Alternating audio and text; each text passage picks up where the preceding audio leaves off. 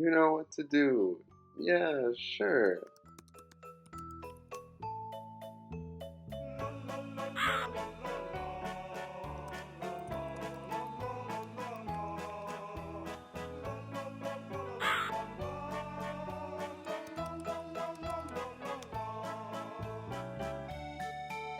Yeah, don't worry. I definitely know what I'm doing.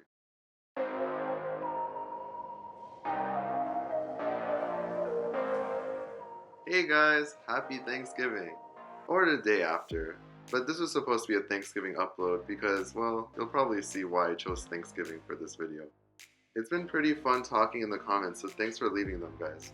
Make sure to like, subscribe, and hit the bell if you enjoy the video, and follow social media if you'd like. On to part 3 with Rusty Lake Hotel. But wait, I forgot to put in Cube Escape RLs. So this takes place within the Roots video, so if you want you can check back at that timeline to see how the years match up. As Vincent van Gogh, you look outside and see your painting, The Starry Night, but with Rusty Lake underneath. There will eventually be a whole video on Vincent van Gogh and how he relates to the Rusty Lake universe, but for now there's very interesting references to notice, like his roommate Paul, his love for sunflowers, and of course, yeeting his ear off. Unfortunately, he becomes a corrupted soul, which makes sense if you look up Van Gogh and his mental illnesses in his history. He then kills himself, which makes no sense because he dies in 1890. Or perhaps killing his corrupted soul self has something more to do with the metaphor about him becoming insane or losing his mind. At the end, he gets a white and a black cube and escapes, going into the Starry Night. Then in 1889, we have two important events, the founding of Rusty Lake Cigars and Rusty Lake Pilsner, which appear in various games. I really hope I don't make that mistake again. Now let's run it back to the next part of the timeline, Rusty Lake Hotel. In part 1 of the Rusty Lake timeline, we played in Rusty Lake Paradise, but now we finally get to see the after effects. Jacob Eilander, reincarnated as Mr. Owl, narrates us and informs us of his intentions from the get-go. 1893. Mr. Owl establishes himself as the owner of the hotel, showing that he has a high position of power, which should make sense with the continuity of the games. He then references the guests, saying that they all have their own reasons to be here, but he has his own reasons to let them stay, which will be elaborated on further later. Saying that there's 5 dinners and that each one will be worth dying for is a heavy case of foreshadowing. Let's make some memories, while seemingly innocent, could be a bigger reference in the Rusty Lake lore. Yeah, memories are cubes. Mr. Crow is seen as a concierge in the hotel. We also see a chef named Mr. Toad who wants ingredients that need to be fresh. Once Mr. Toad gives you the rest of your book, you clearly start to figure out that there's something a little off about the animals in the recipes. Mr. Crow asks you to welcome the guests to the hotel, giving you the local delicacy, which of course includes the Rusty Lake staple of shrimp. And then you also realize you can't visit rooms in the daytime. When handing out the delicacies, you get a glimpse of each guest's personality. Keep in mind also that you don't know who you're playing as yet. With all the delicacies passed out, it becomes time for nighttime. The first clue that you get cues you to the first guest you have to visit if you want to do the right order, first being Mr. Deer. On the first night, Mr. Crow directs you to go to the guest room to check on how they're doing. Mr. Bat acts as a bellhopper, guiding you in the elevator to the floor that you wish to reach. But one of the doors is locked. Mr. Owl's. Mr. Deer is the first guest, and he requests a Bloody Mary. Also, my theory is that he's Jacob Eilander's dad, but reincarnated. Looking around, each guest's room also finds possible incentives for Mr. Owl to want to get rid of these guests. Mr. Deer seems to be suspicious of what's in the lake, and he also wants to sample the water, things that might be very troubling to Mr. Owl who wants to keep control. Getting recipe ingredients for the Bloody Mary requires chopping off his own antler, which he doesn't react to at all. And then of course there comes the puzzle where I have to look up every time I play this game because I can never figure it out by myself. And the special ingredient for the Bloody Mary is incorporated, a nice little healthy dash of poison. Mr. Deer takes a nice little sip, and unfortunately is last. And what do you know, we coincidentally have the meat we need for next day's dinner. On to day 2. Mr. Crow asks you to make the dinner, you find a random key, and then you give the deer meat to Mr. Toad. The guests gather around having a nice little dinner, and no one seems to notice that Mr. Deer is missing and that the dish they're eating happens to be deer. Mr. Owl is probably happy seeing that the guests are eating the remains of his former father.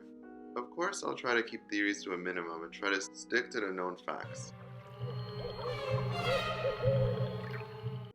On night 2, Mr. Crow sinisterly points you to his coat pocket, which leads you to the next guest that you have to kill, Mr. Rabbit, for the next dinner.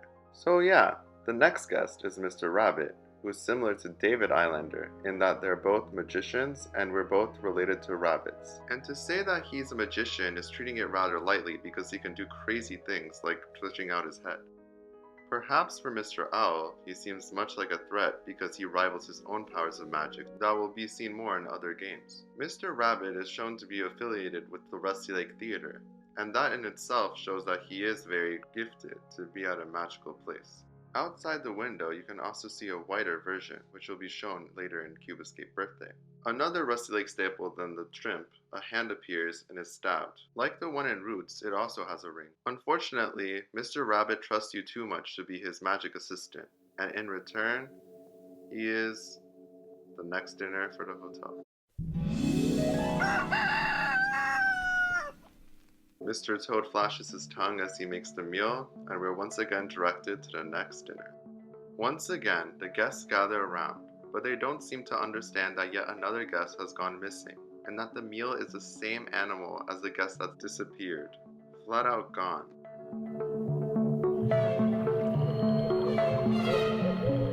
Night 3 is very unusual. A shooting star appears, and the lights slowly dim in the hotel. Mr. Bat hangs upside down like a literal bat, and you chase him around the lobby of the hotel. By the end, he points you out to the next guest, Mrs. Pigeon. Mrs. Pigeon seems a little too comfortable around the hotel staff. She's also most likely the reincarnated grandmother of Jacob. And then she asks for a really strange request while she's in the tub, but I guess she is a bird. Mrs. Pigeon's interesting information is that she seems to be experimenting on little chicks, trying to extract their memories. She seems well versed in neurology because she also has a diagram of the brain in her room. So like Mr. Deer and Mr. Rabbit, she has a clear possible incentive for Mr. Owl to want to get her taken out. After getting a key from her and other places, you find a disturbing discovery. I don't know how she managed to get this in her hotel room, but she's apparently enacting her experiments right now. For some reason, shocking the bird repeatedly gives you blackberries. I don't know what that's supposed to mean, but yeah. Once the chick is freed, it's not playing around. It's ready for some revenge. And Miss Pigeon? Well, she's in for a real shock. Yeah, puns are a package deal. Looks like meal number 3 is ready. Day 4. Rather than getting another clue from Mr. Owl or Mr. Crow or Mr. Bat, this time it's the white wine left by Mrs. Pigeon after she has died. So we now know that the next guest will be Miss Pheasant. But before that bird, we need to cook up what we got last night. Once again, the guests are too distracted by the delicious food to really think about the fact that they're the 2 left standing and that once again, the food is the guest that was just there the previous night. But I mean, hey, if Mr. Toad is that good at cooking, props to him.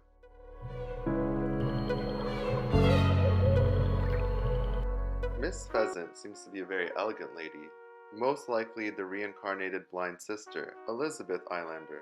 But the parallels don't stop there. She works at Rusty Lake Theater, and as we'll see later in Cube Escape Theater, there's a very striking character that looks and acts similar to her. She seems to be very talented as she acts as all the characters in the plays, and maybe Mr. Owl wants her out of the way because she knows way too much about his life to be able to portray him within a play. Speaking of earlier puns, it seems that Rusty Lake has a few up its own sleeves, with time being found within a clock. Hands don't seem to get a break in this game, as yet another one is hurt just for our usage of whatever they'll offer us. In this case, the blood will be used as paint for the backdrops of the photo shoot for Mrs. Pheasant. Echoing her sentiments from back in the lobby, she requests you to take a picture of her, but when you do it, she becomes dead. Once the photo shoot for Lady of the Lake is done, it's now time to do Mr. Crow.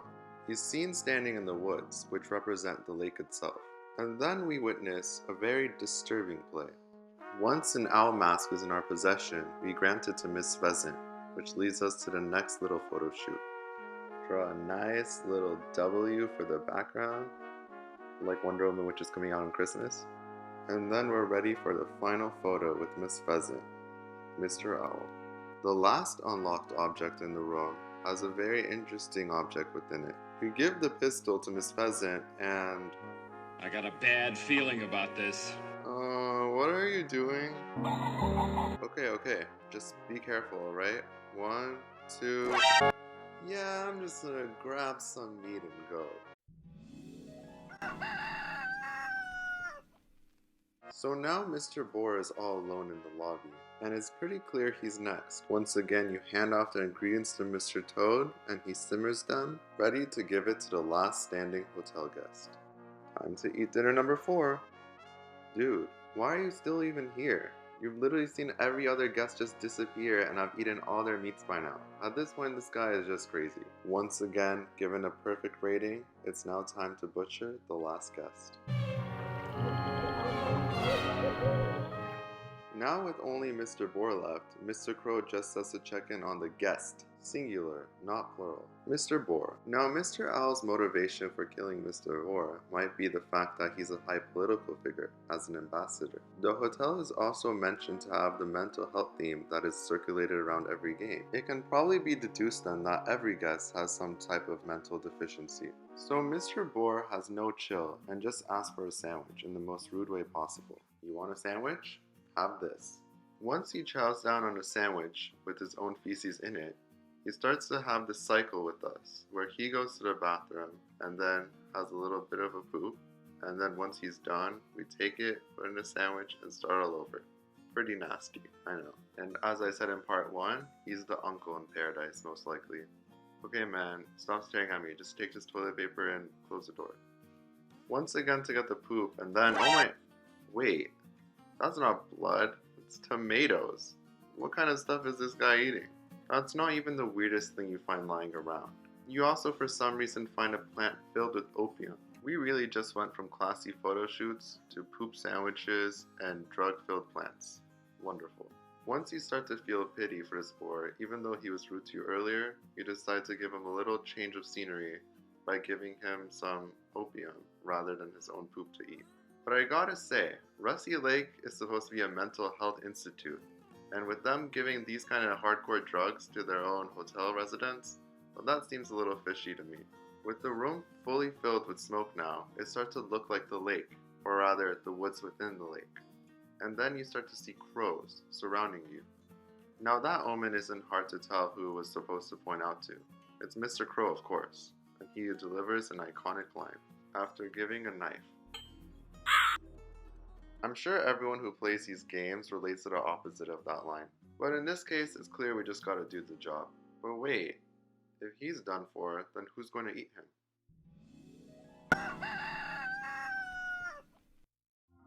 It's the final day, and Mr. Toad once again cooks. But now Mr. Crow has a surprise. It's time to see Mr. Owl himself.